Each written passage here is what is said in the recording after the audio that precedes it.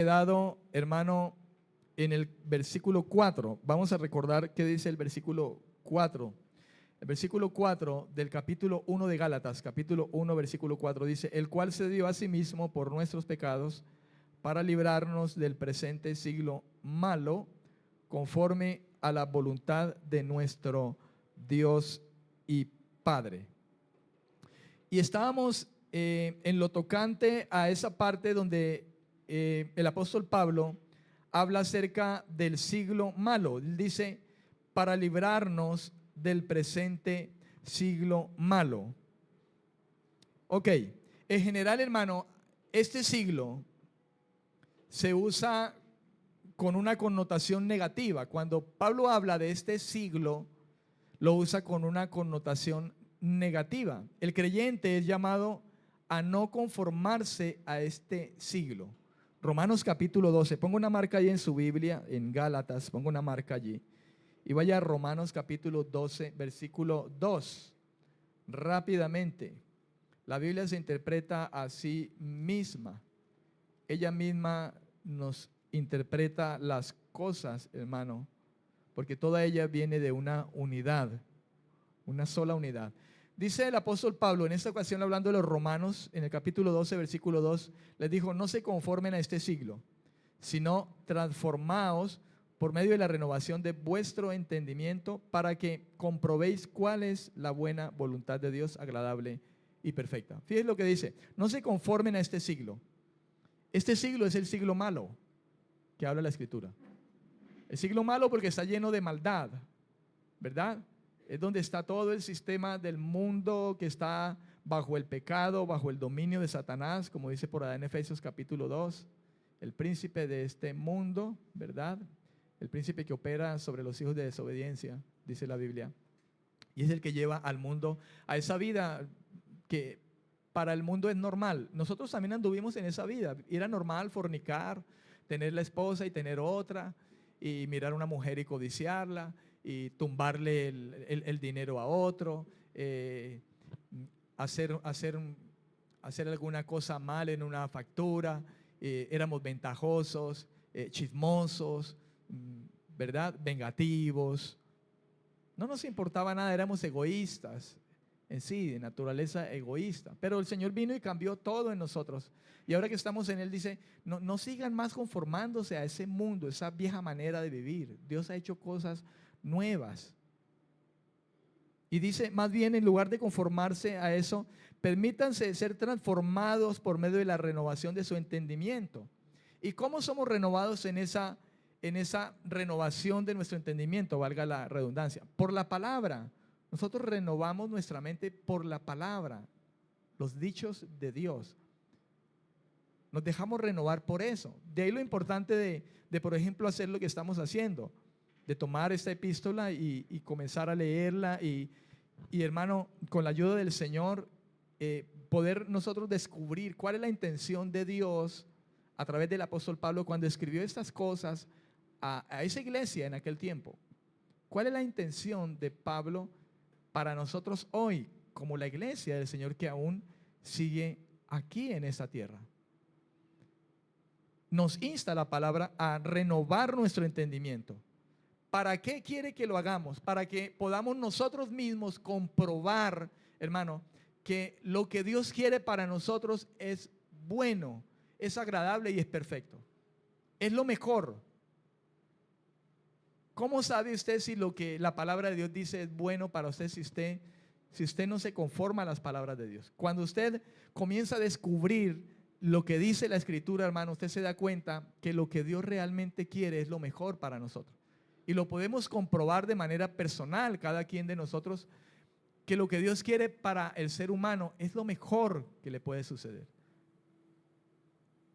Es lo mejor para su vida, es lo mejor para su alma, para su propio cuerpo, y es lo mejor para su eternidad, para su destino final, porque estará con el Señor. De modo que no podemos conformarnos a este mundo. Dios nos ayuda a través de su palabra a poder discernir las cosas que en este mundo están alrededor de nosotros.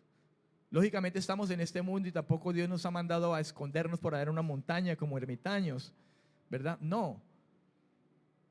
El Señor Jesús oró al Padre diciendo, Señor, ellos están en el mundo, pero ellos no son del mundo. Yo no te estoy pidiendo que los quites de este mundo. No, pero mientras están en este mundo, Señor, te pido que los guardes, que los ayudes.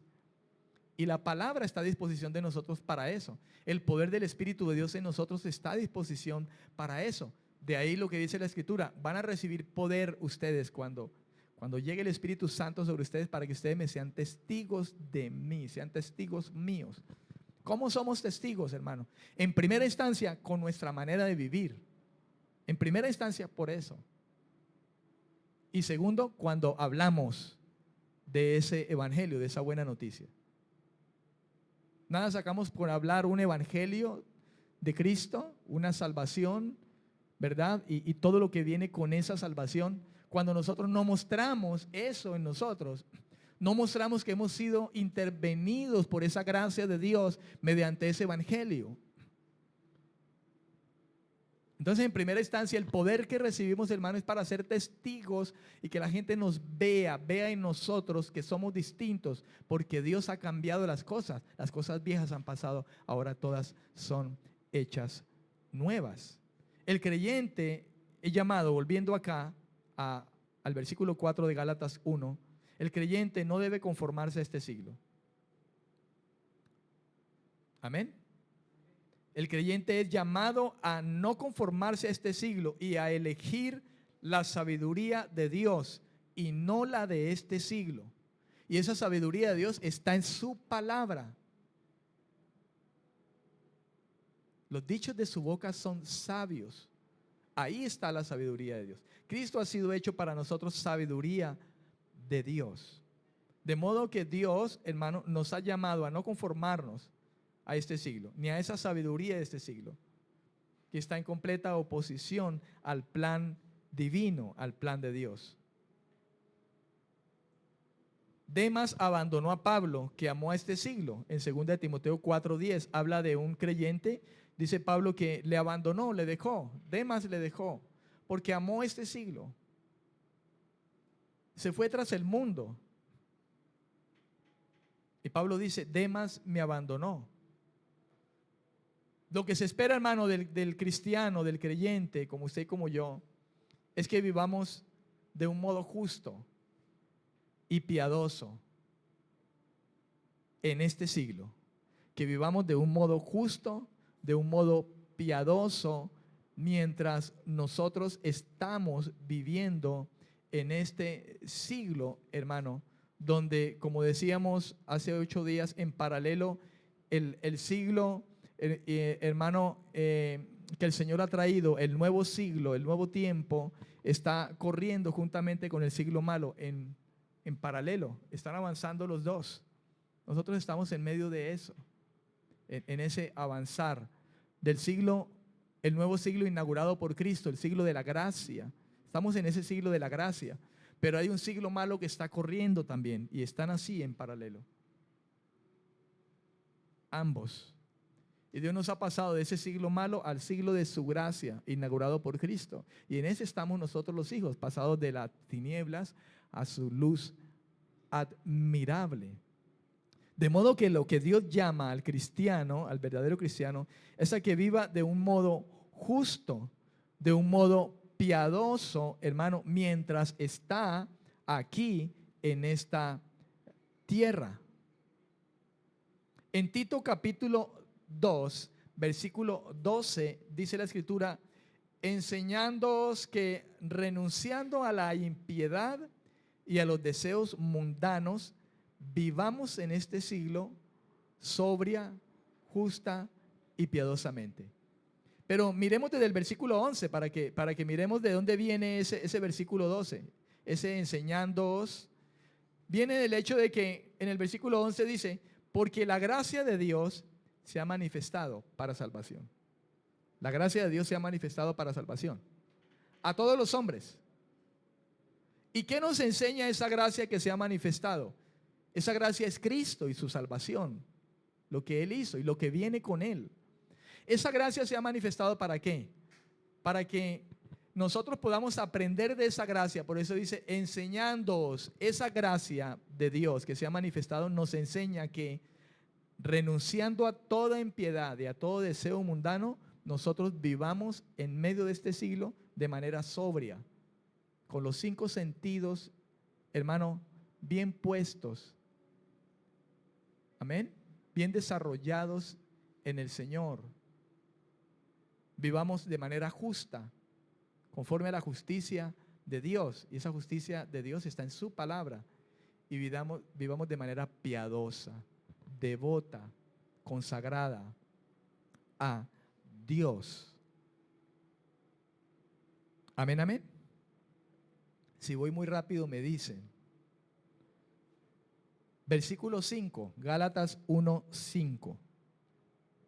Pablo dice, a quien sea la gloria por los siglos de los siglos. Amén, dice. A lo largo de toda la Biblia, hermano, esta es la indicación típica de la existencia divina.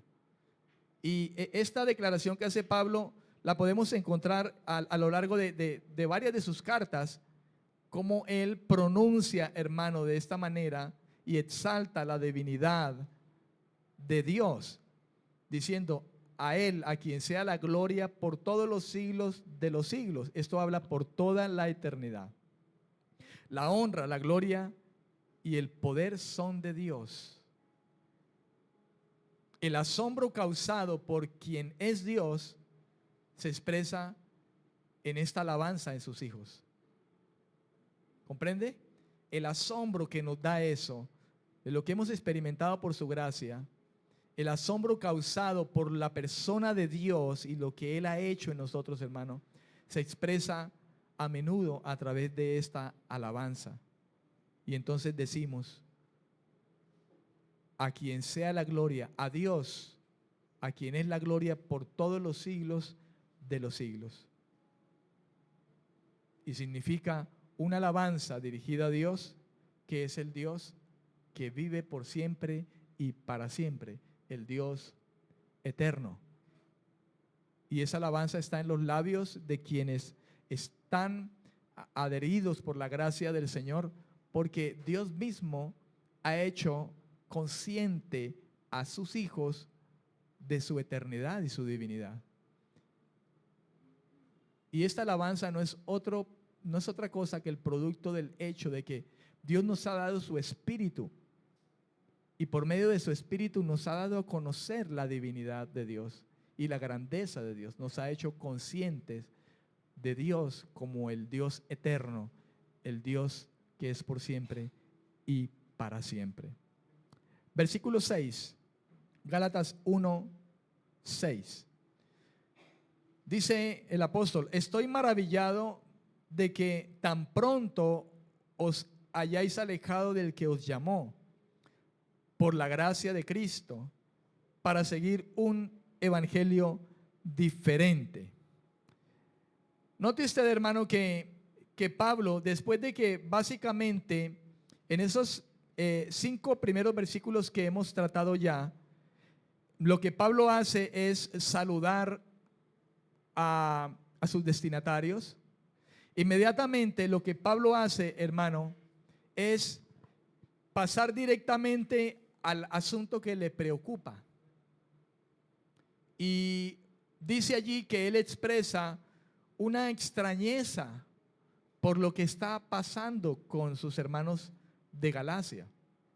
Inmediatamente Pablo termina de saludar, él va, como dice el dicho, él va al grano.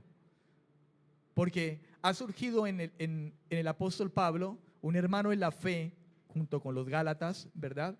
Una preocupación por lo que está pasando con la iglesia en ese momento.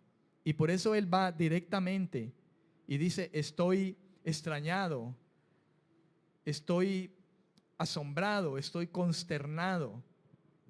Las noticias que tiene de los Gálatas, hermano, no hablan de un progreso precisamente en su vida espiritual, sino que está hablando más bien de un retroceso en la fe por parte de los Gálatas. Ellos parece ser que están abandonando, quizá no todos, pero a lo mejor sí en su gran mayoría, ellos están abandonando el evangelio de Jesucristo por un evangelio distinto al que Pablo les había compartido en su debido momento, cuando Pablo estuvo en medio de ellos y les predicó el evangelio. Pablo está preocupado porque de alguna manera ha llegado a los oídos del apóstol de la situación que están viviendo los Gálatas, y que muchos están volviendo atrás en lugar de crecer en el conocimiento de Dios y progresar en su vida espiritual.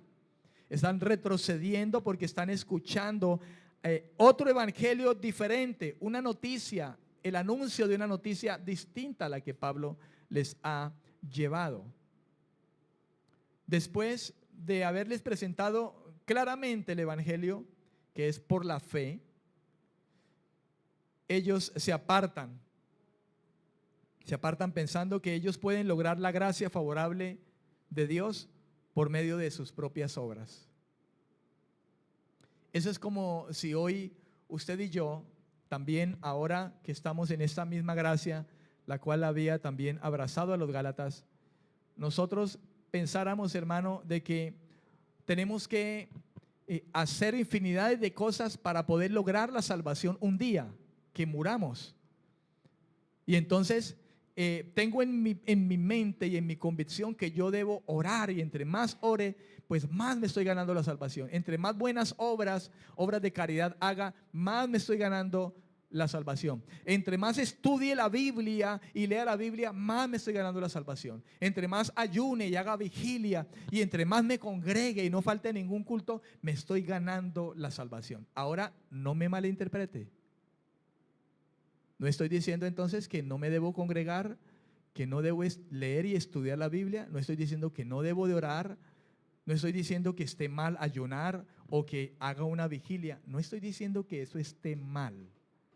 Lo que está mal es que yo crea que esas cosas las hago para ganarme la salvación. No está mal ayudar a otra persona en necesidad y hacer una obra de caridad, de amor. Pero no por eso me voy a ganar la salvación. No, mi salvación está firme si yo, hermano, he llegado a la gracia, he sido abrazado por la gracia, me he arrepentido, he cambiado mi manera de pensar respecto al pecado, me he apartado del pecado y he llegado a confiar plenamente en lo que Cristo hizo en la cruz por mí. Y por tanto, Dios me ha dado su Espíritu, me ha sellado y me ha asegurado como parte de la salvación que Él ha extendido. Yo estoy seguro ya por eso. Pero estando en esa posición, el mismo Dios provoca en mí la necesidad de orar, porque Él mismo lo mandó: oren en todo tiempo. Y la misma vida de Dios que está en mí me va a guiar a eso. Me va a guiar a orar, a escudriñar las Escrituras, a congregarme. Él mismo va a actuar en mí el querer como el hacer de su buena voluntad, porque la buena voluntad de Dios es que yo lea las Escrituras, las estudie, que yo ore. La buena voluntad de Dios es que yo ayune, vigile, ayude a los hermanos, ayude al prójimo cualquiera que sea ese. Eso es simplemente lo que se desprende. Eso es lo que dice por allá en Efesios capítulo 2, versículo 9, 10, 11, donde dice que Dios preparó las buenas obras de antemano para los creyentes, para los que llegarían a la fe, a la salvación. El Señor preparó esas obras de antemano para que después de que fuéramos salvos por la gracia de Dios, por medio de la fe, anduviéramos en ellas. Vamos a leerlo para que no tengamos margen de error en eso, porque eso no lo habían entendido los Gálatas. Efesios capítulo 2, versículo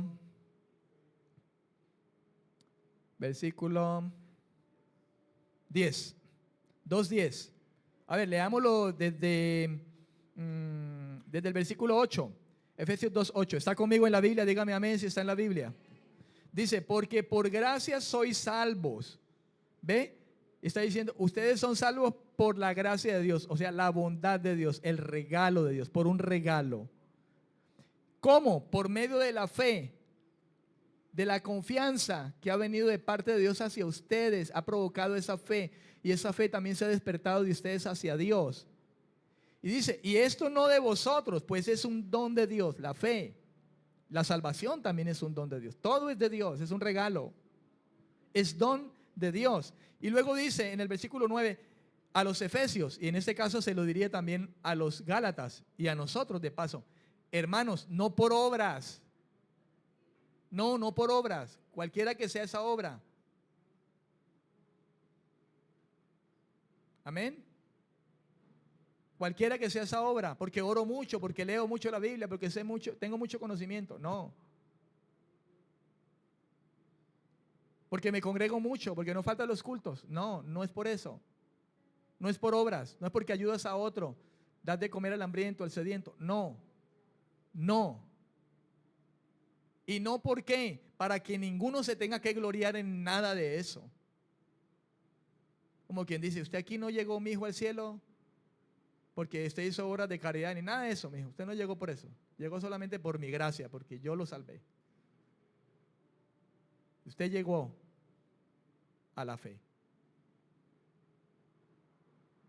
Porque este era mi plan desde el comienzo. Para que nadie se gloríe. Porque somos hechura suya. Hemos sido creados en Cristo Jesús, nueva criatura. El que está en Cristo, nueva criatura es. Hemos sido creados en Cristo, ¿para qué? ¿Para qué? Buenas obras. Las cuales, ¿qué? Esas obras, ¿qué pasó con esas obras?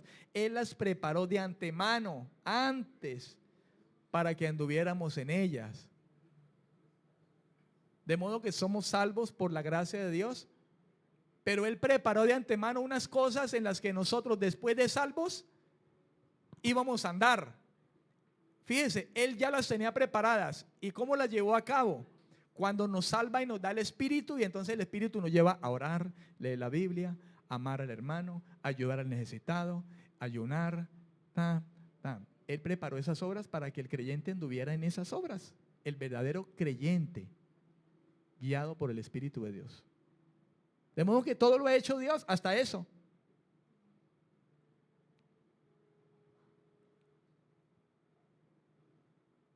Y los gálatas, hermanos, estaban cayendo en el error, pensando que podían lograr la gracia favorable de Dios por medio de sus obras, siguiendo un evangelio diferente, predicado por los judaizantes que pervertían el verdadero evangelio. Porque ya hemos hablado la semana pasada de que los judaizantes eran los que estaban allí, falsos maestros, porque ellos querían añadir al sacrificio de Cristo otras cosas. Ellos decían, no, hay que guardar el sábado, hay que guardar las lunas nuevas, hay que circuncidarse. Y eso es indefectible, decían ellos. El que no se circuncide no hace parte del pueblo de Dios, porque esa es la señal de que somos pueblo de Dios. Ellos insistían en que las obras eran necesarias y que Cristo no era suficiente. Si no había obras, entonces Cristo no era suficiente, nadie se podía salvar. Porque había que añadirle las obras de la ley. Porque hay que orar bastante y hay que leer la Biblia y estudiarla, porque si no la estudia y si no ora y si no se congrega, se va a condenar. No y no. Ahora, sí hay que orar, sí hay que leer la Biblia, hay que estudiarla, porque aquí está la verdad de Cristo y estamos firmes porque hay mentira alrededor de nosotros. Y sí hay que congregarse, porque cuando nos congregamos, como decía mi esposa esta mañana cuando oraba abriendo el servicio, algo pasa. ¿Y qué pasa? Es que el Señor envía bendición y vida eterna, dice el Señor, cuando nos reunimos como hermanos juntos en armonía. Y nos alentamos los unos a los otros y nos edificamos. Y Dios está en medio de la congregación de los santos y Dios le bendice. Dios está esta mañana aquí, hermano, en medio de usted y de mí. Hoy, ahora mismo está el Señor aquí. Yo no sé si usted lo cree, pero aquí está en medio de nosotros el Espíritu de Dios, la presencia de Dios, y está hablando a su corazón, de modo que no endurezca su corazón.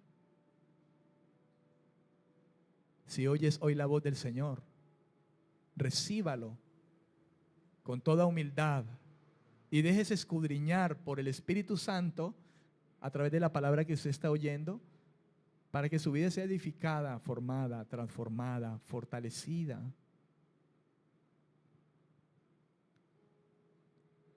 Versículo 7. Vuelva a Gálatas. Coloque una marca ahí en Gálatas para que si nos movemos no se pierda la página. Versículo 7. Pablo dice, no que haya otro evangelio, sino que hay algunos que os perturban y quieren pervertir el evangelio de Cristo. Hermano, donde desaparece la esencia, que es la gracia de Cristo, ya no queda nada del evangelio. Por eso Pablo decía otro evangelio. Por eso hablaba quizá de esa manera, hablando de otro evangelio, porque no era el evangelio verdadero. Cuando se habla del evangelio, el evangelio es una buena noticia. En este caso, el evangelio al que nos referimos y al que Pablo se refería era la buena noticia de Dios.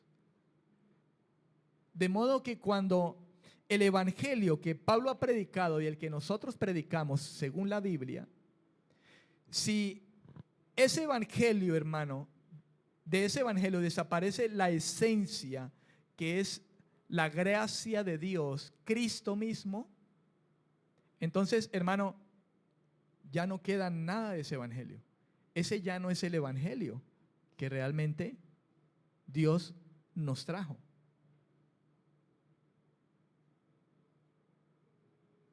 Ya no hay nada. Ya es una cosa, hermano, completamente distinta a la que realmente ha venido hacia nosotros. El apóstol Pablo dijo a los Corintios, 1 Corintios capítulo 3, versículo 11, dijo, porque nadie puede poner otro fundamento que el que está puesto, el cual es Jesucristo. A los Gálatas le querían colocar un fundamento distinto a Cristo. Y ese fundamento estaba basado en las obras. Los judaizantes estaban queriendo quitar el fundamento que es Cristo, el fundamento esencial del evangelio, cambiándolo por obras, un fundamento sobre obras. Si la salvación fuera por obras, pues en vano murió Cristo. En vano sufrió el dolor que sufrió. En vano fue molido por nuestras rebeliones. Fíjese usted, el ser supremo que es Dios, el más sabio de todos, enviando a Jesucristo a morir y a padecer, hacerse Dios, hacerse hombre, cuando la salvación es por obras. ¿Qué inteligencia y sabiduría habría en Dios al hacer una cosa de esas?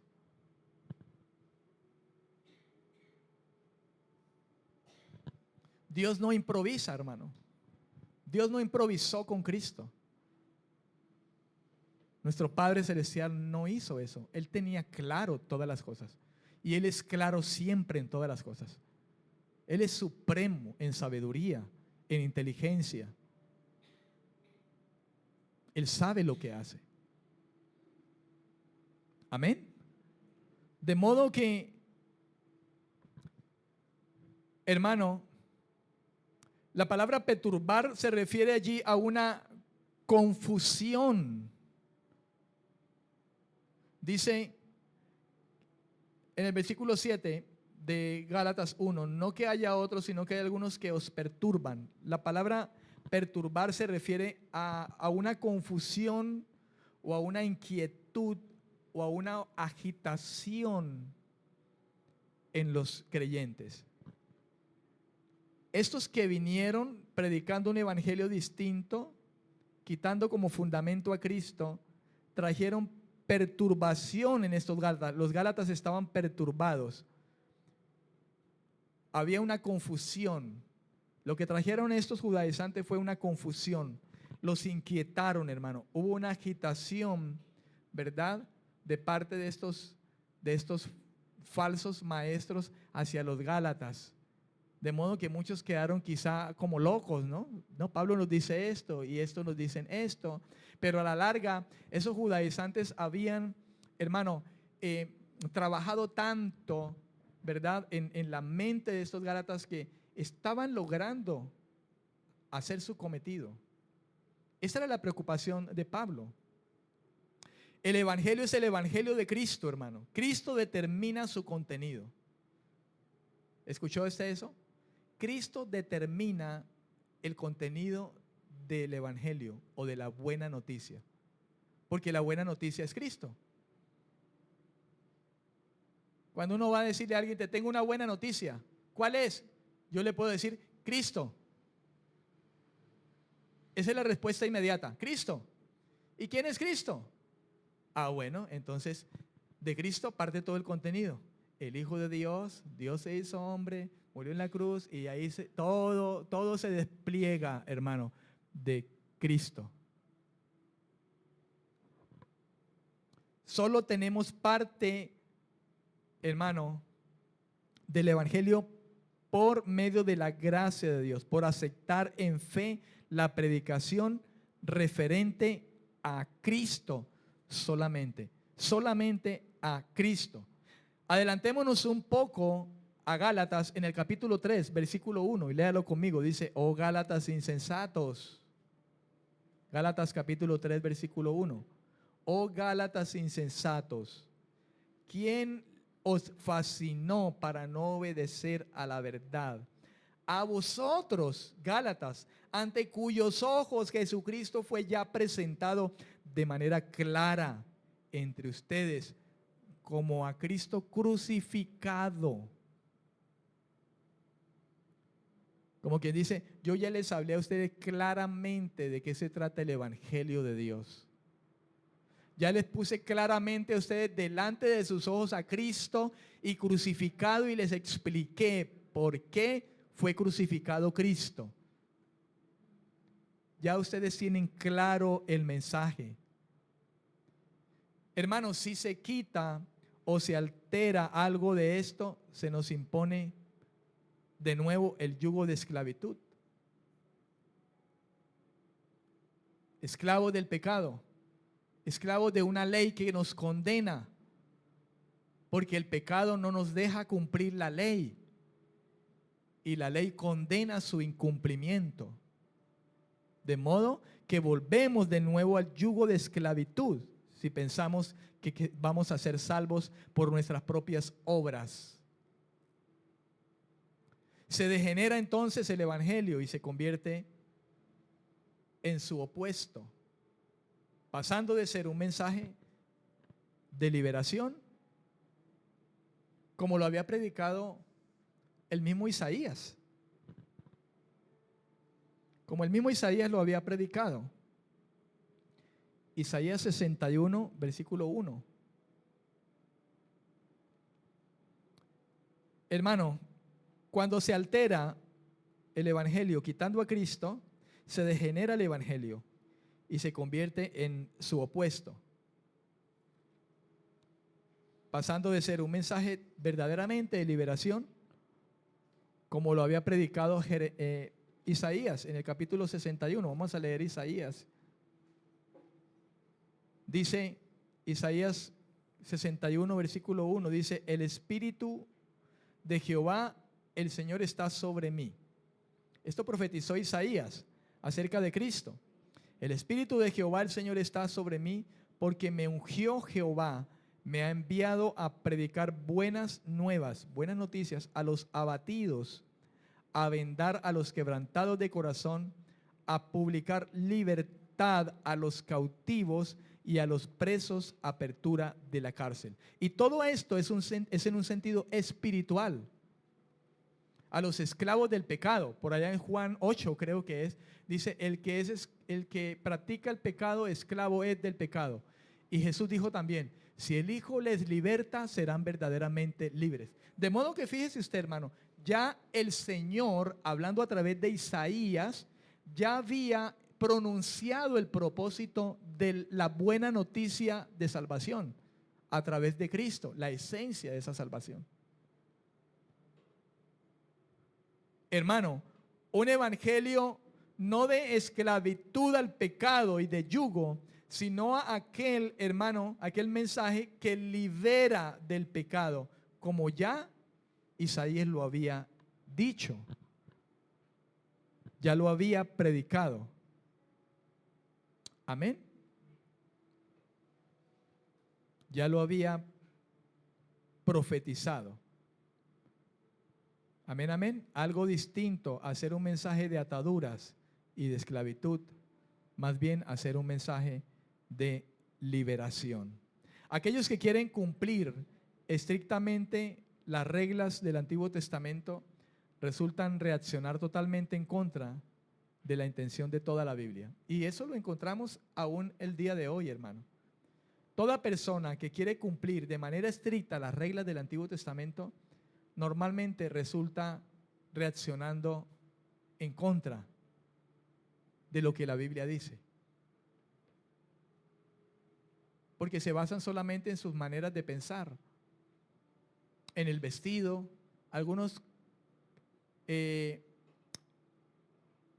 confirman su santidad por el vestido inclusive. A las mujeres se les impone que tienen que usar el vestido largo, el cuello aquí alto, que se tienen que poner velo y una santidad externa. Y así hallamos hoy en día. En ese tiempo y en el tiempo de hoy también encontramos, hermano, lugares donde se predica un evangelio de esta manera, solamente por obras, costumbres, ¿verdad? Donde inclusive la corbata es la que te muestra como el siervo que vive en santidad. Imagínese yo sin corbata hoy. No, pastor, no pasa nada con él, pastor. Tiene que tener saco y corbata para que me trame. Y entonces, ese sí es un siervo de Dios, un siervazo, porque tiene saco y corbata.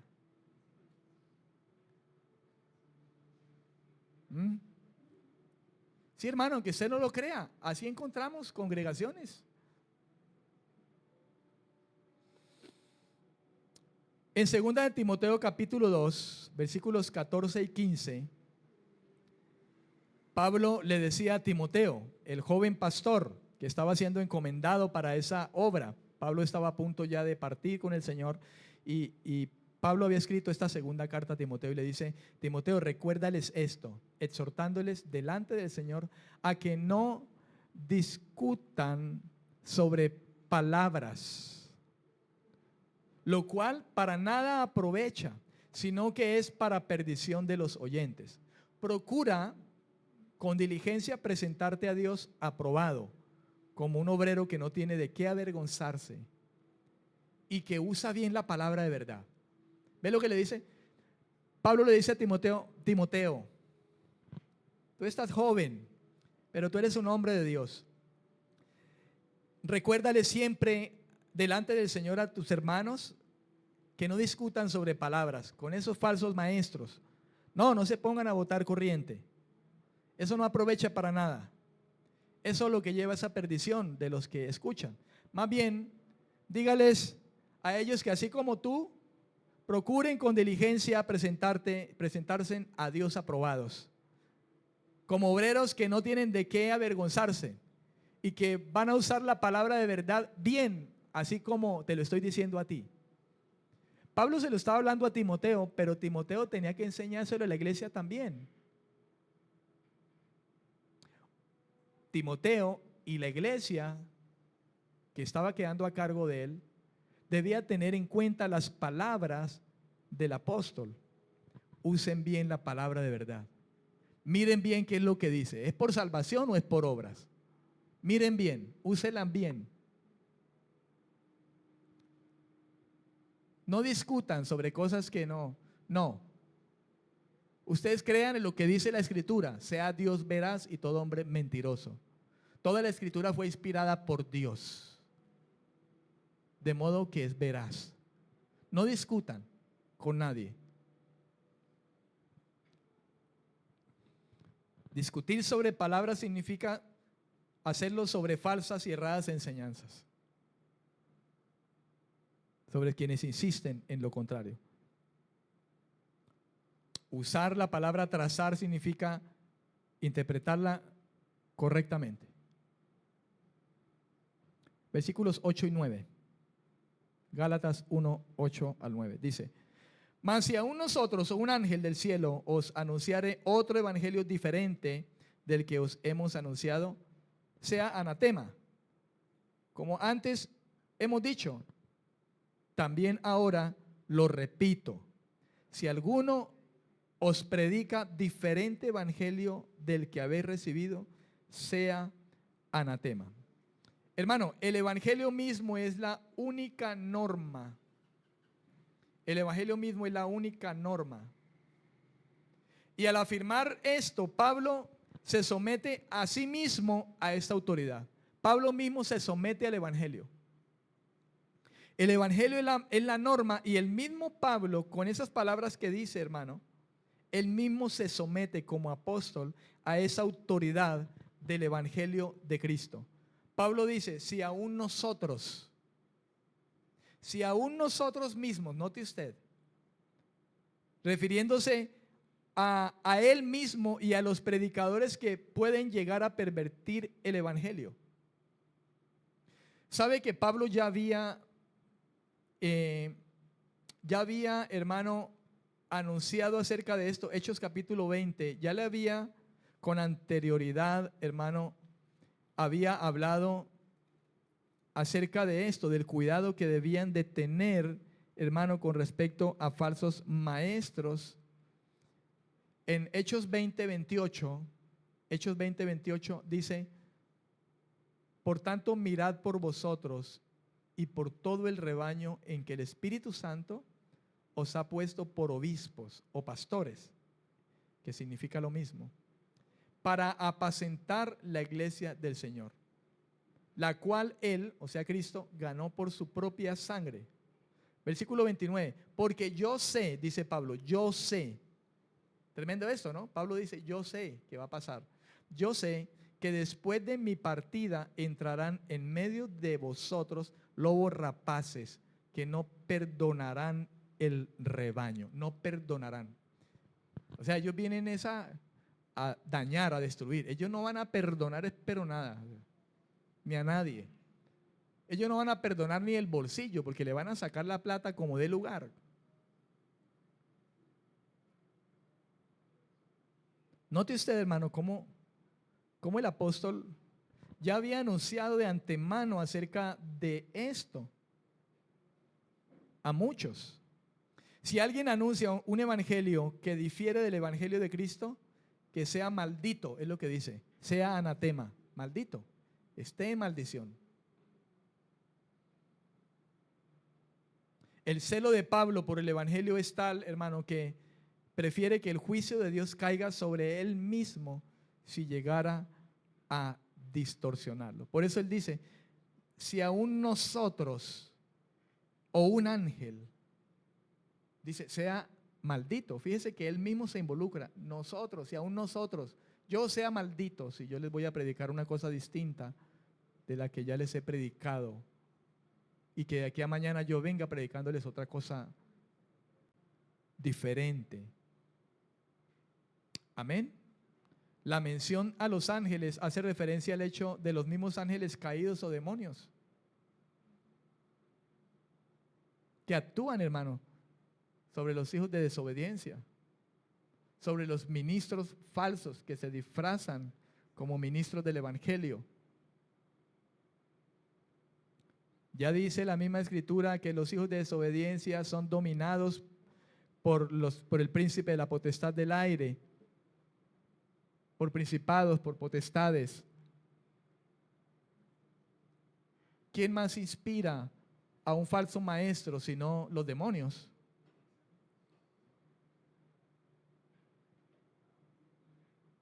Si aún un mismo ángel dice, en 1 Timoteo capítulo 4 versículo 1 dice, pero el Espíritu dice claramente, 1 Timoteo 4:1, dice, pero el Espíritu dice claramente que en los últimos tiempos algunos apostatarán, dejarán la fe. Ese apostatar es dejar la fe, es negar las enseñanzas fundamentales de la fe, torcer la verdad, la verdad de las Sagradas Escrituras. Lo harán escuchando a espíritus engañadores y a doctrinas de demonios. Y cuando dice espíritus engañadores, habla de hombres. No es que viene un demonio aquí físicamente, no un demonio aquí a predicarles aquí, el demonio con cachos y todo ahí deformado, ¿no? No, no es eso. Cuando dice espíritus engañadores, dice hombres que no son de Dios, ¿verdad? No saben de qué espíritu son, como le dijo un día el Señor al mismo Juan, que dijo, Señor, oremos para que les caiga candela a estos hijos. No sabes de qué espíritu sois, Juan. Entonces, dice, muchos escucharán a espíritus engañadores y a doctrinas de demonios. Claro, ¿por qué dice doctrinas de demonios? Esto es como decir la doctrina del diablo. Ahora, ¿recuerda usted al diablo en forma de serpiente hablando con Eva? ¿Qué estaba haciendo? Adoctrinándola. La doctrina de un demonio, el diablo. Eso mismo hace Satanás usando a sus propios ministros. ¿Ve? Torciendo las escrituras. Un ejemplo de esto muy común, que quizá muchos hemos oído cuando hablamos del mormonismo. Se habla de un hombre, Joseph Smith. Este hombre, Joseph Smith, dijo que Dios el Padre y que su Hijo Jesucristo se le aparecieron y le instruyeron que no se uniera a ninguna de las iglesias existentes porque todas estaban equivocadas, según Joseph Smith. Durante la década de 1820, en ese año, Smith hizo una crónica de según él, varias visitas angelicales. O sea, los ángeles le visitaron, los ángeles de Dios, según él. Y finalmente, esos ángeles le dijeron que Dios lo iba a usar a él para restablecer la verdadera iglesia cristiana. Creo que él mismo dijo que Dios mismo le había instruido a través del ángel de que él podía, aparte de tener de su mujer, él podía tener otras mujeres. ¿Cómo le parece a usted? Entre otras cosas.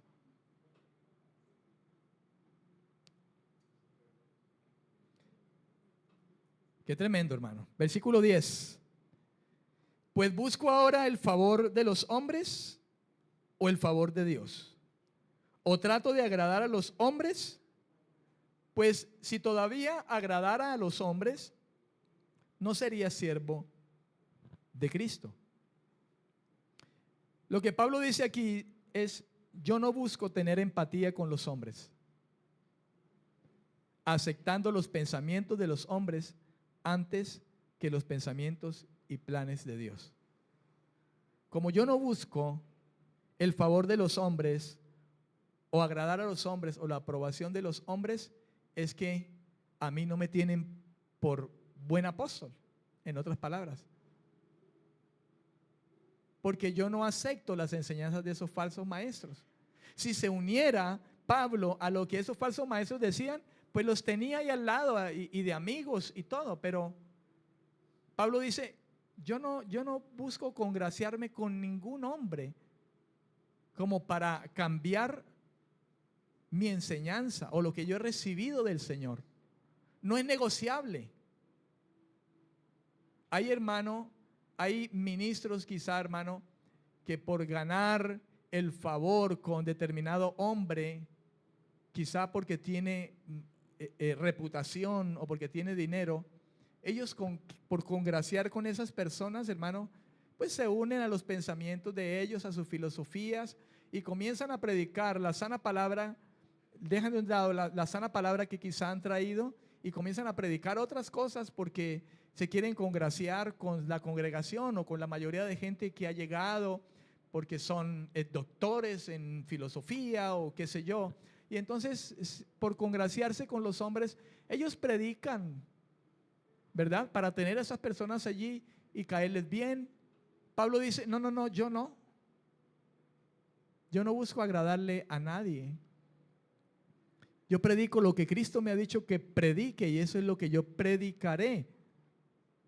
Porque yo no busco agradarle a ningún hombre, Si así fuera, entonces yo no me podría llamar un siervo de Jesucristo, sino que sería un siervo totalmente distinto, un siervo del pecado, un siervo de la injusticia, un siervo de aquellos a los cuales estoy queriendo congraciar.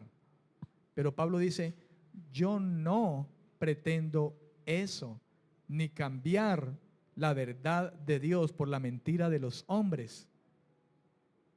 Nuestro primer compromiso, hermano, como hijos de Dios, es con Dios y con su palabra. Escúcheme esto. Su primer compromiso, hermano, usted donde quiera que esté, usted que es creyente, cristiano, usted que tiene el evangelio, usted que trabaja en su empresa y tiene su jefe inmediato, que trabaja en la oficina, en la planta de producción, donde sea, su primer compromiso como hijo de Dios no es con su jefe, es con Dios y con su palabra. Su primer compromiso no es con su compañero que le quiere llevar a usted a hacer algo deshonesto en su trabajo. Su compromiso no es con el hombre. Que estás en esa empresa y por no hacer lo que tu jefe te dice te van a echar, tu compromiso no es con esa empresa ni con ese jefe, tu compromiso es con Dios. Si me van a echar porque yo no torcí el informe o la contabilidad o lo que sea, entonces que me echen, porque mi compromiso es con Dios y Dios es un Dios de verdad y transparencia. Mi compromiso no es con ese jefe ni con la empresa. Y si me echan, Señor, aquí estoy. Tu palabra dice, no he visto justo desamparado ni su descendencia que mendigue pan. Aquí estoy, Señor. Me echaron, pero estoy en sus manos. Otra cosa mejor vendrá.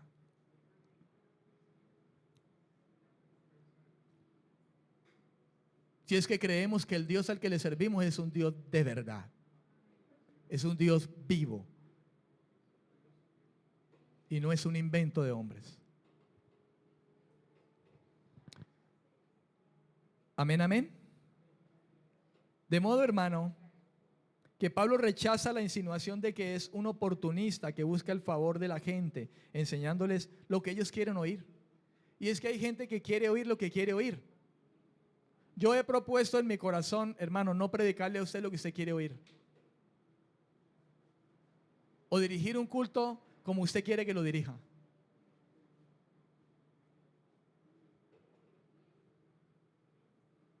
Yo he propuesto en mi corazón hacerle oír a usted las palabras que yo también quiero oír. Y esas palabras son las palabras de la Biblia, que son verdad. Y todo hombre mentiroso.